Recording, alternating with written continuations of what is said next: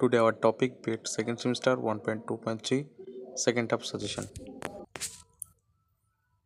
BEd 1.2.3 second half suggestion. First of all, 2 mark question group A কার্যকরী শিখন কি? সমগ্র থেকে অংশের দিকে অগ্রসর হন, ব্যাখ্যা করুন।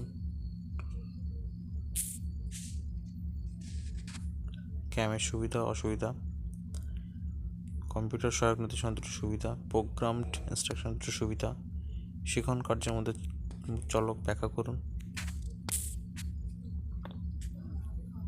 প্রশ্নকরণ দক্ষতার দুটি উপাদান আলোচনা করুন।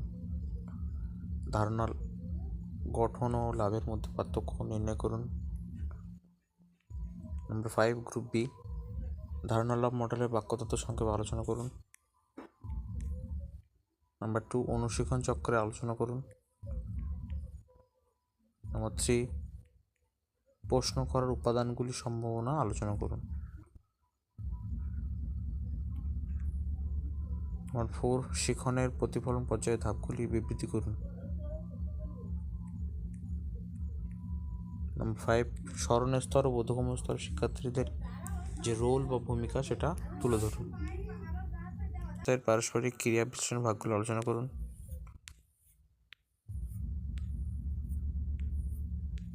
কার্যকরী শিখনে শিক্ষকের ভূমিকা আলোচনা করুন।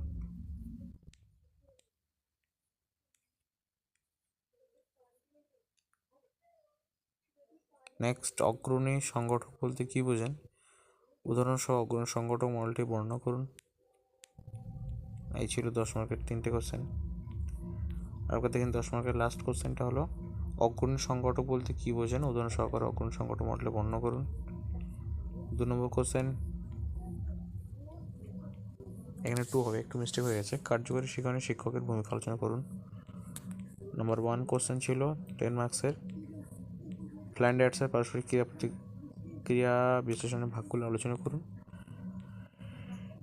আর 5 মার্কসের লাস্ট কোশ্চেন স্মরণ স্তর ও বোধগম্য স্তরের শিক্ষার্থীর রোল, শিখনের প্রতিফলনের পর্যায়ে ধাপগুলি। 4 নম্বর 3 নম্বর প্রশ্ন করার উপাদানগুলো আলোচনা করুন। 2 নম্বর অনুশীলন চক্র আলোচনা করুন। ফার্স্ট ধারণা লাভের মডেলের বাক্যতার সঙ্গে আলোচনা করুন। 2 মার্কের কোশ্চেন একটু দেখে নিন। ধারণা ও গঠনের লাভের পার্থক্য, প্রশ্ন দক্ষতার দুটি উপাদান, শিক্ষার কার্যের মধ্যে চলকে ব্যাখ্যা করুন। প্রোগ্রাম ইনস্ট্রাকশনের দুটি সুবিধা, কম্পিউটার সহায়ক নির্দেশনা দুটি সুবিধা, ক্যামের দুটি সুবিধা অসুবিধা লিখুন। সমগ্র থেকে অংশের দিকে অগ্রসর ব্যাখ্যা করুন। কার্য শিখেন কি? ভিডিওটি যদি ভালো লেগে থাকে সাবস্ক্রাইব করবেন, লাইক করবেন এবং শেয়ার করবেন। Thank you everyone.